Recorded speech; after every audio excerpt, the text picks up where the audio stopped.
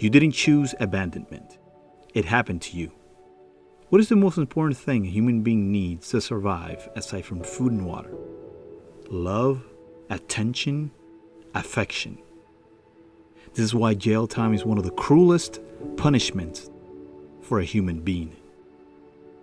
The feeling that you matter, that you are important, that you are good enough is essential to have a successful life. When abandonment is experienced as a child, it creates a serious emotional crisis. The feeling of being left alone by a loved one creates a sense of you're not worth it. The weight of the emotional emptiness feels like it will destroy you. The fear of abandonment paralyzes you. It harms the ability to form normal relationships, the ability to have self-confidence. It feels like everything is being slowly taken away from you, but you have the choice to fight. Facing your pain head on is one of the biggest gifts you can give to yourself. Here are 7 ways to heal your fear of abandonment. Number 1, accept your beginnings. Why do you have fear of abandonment? When did this feeling start? Something happened to you that deserves to be recognized. Consider sharing your story with a therapist. Your story, your truth, is worth hearing. You will be in a better position to control the situation instead of the situation controlling you. Number 2, recognize the signs. The biggest problem with the fear of abandonment is that it appears even though the people around you have no intention of leaving you or rejecting you. By acting on this fear, you can destroy good relationships. When you become aware of these triggers, you will be in a more powerful position. You'll be able to control the situation instead of the situation controlling you. Number 3, break patterns of traumatic reenactment. When a present-day situation triggers the fear of abandonment, the person unconsciously looks to the past for instructions on how to act.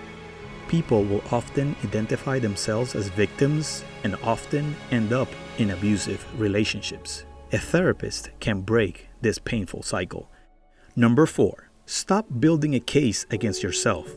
People who fear abandonment are constantly defensive. Constant victim mentality. Always looking for signs of rejection. Confront the lies. Start believing that you matter. And watch how everything around you starts to change. Number 5, never downplay pain.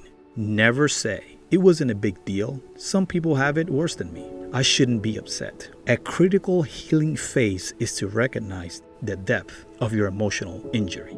Neglect, divorce, death, foster care, or breakups are all associated with abandonment, and the emotionally damaging effects are not taken seriously. Number 6, challenge shame.